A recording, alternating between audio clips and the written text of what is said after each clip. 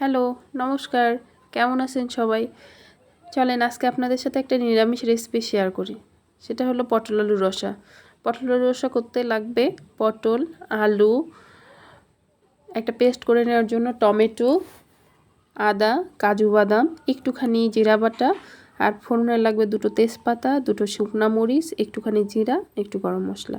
প্রথমে কড়াইয়ের মধ্যে তেল গরম হতে দেব।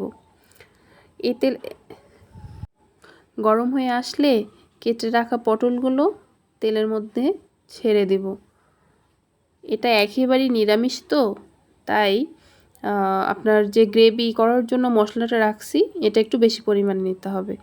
তো পটলগুলো ছেড়ে দেওয়া হলে এর মধ্যে একটুখানি লবণ, একটুখানি হলুদ দিয়ে পটলটা খুব ভালো করে ভেজে নিতে হবে। পটল আলুর রসায় আসলে পটলটাই মেইন, তাই পটলটা একটু ভালো করেই ভাজতে হবে। পটলটা একদম লাল করে ভেজে তুলে নেব। পটল ভাজা হয়ে গেলে ওই তেলেই আলুগুলো ছেড়ে দিব। আলুগুলোও বাদামি করে ভেজে নিব। এইবার ওই তেলের মধ্যেই ফোড়নের যে মশলাগুলো রেখেছি সেগুলো দিয়ে ফোড়ন তুলে পেস্ট করে নেওয়া টমেটো, কাজু বাদাম, আদা টুকু দিয়ে দিব। দিয়ে একটুখানি জল দিয়ে মশলাটা কষায় নেব। তারপরে জিরা বাটা, লবণ, হলুদ, শুকনা মরিচের গুঁড়া দিয়ে মশলাটাকে ভালো করে কষিয়ে নেব। এবার ভেজে রাখা আলুটা দিয়ে আবার ভালো মতো কষাই নেব।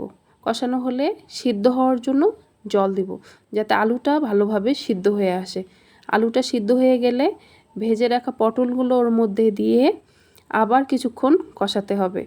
আসলে এটা তো একদমই পেঁয়াজ রসুন ছাড়া, তাই কষানোটা একটু ভালো করেই কষাতে হবে, না হলে তরকারির টেস্ট একদমই আসবে না। তো কিছুক্ষণ কষানোর পরে আমি রসের জন্য একটু জল দিয়ে দেব। জল দেয়া হয়ে গেলে আবার কিছুক্ষণ আমি ফুটতে দেব। ফুটে উঠলে একটুখানি গরম মশলা, একটুখানি ঘি দিয়ে তরকারিটা নামিয়ে ফেলবো। এই তো হয়ে গেল আমার পটল আলুর রসা। এটা গরম ভাত, রুটি সাথে একদম জমে যায়। সবাই ভালো থাকবেন। নমস্কার, টাটা।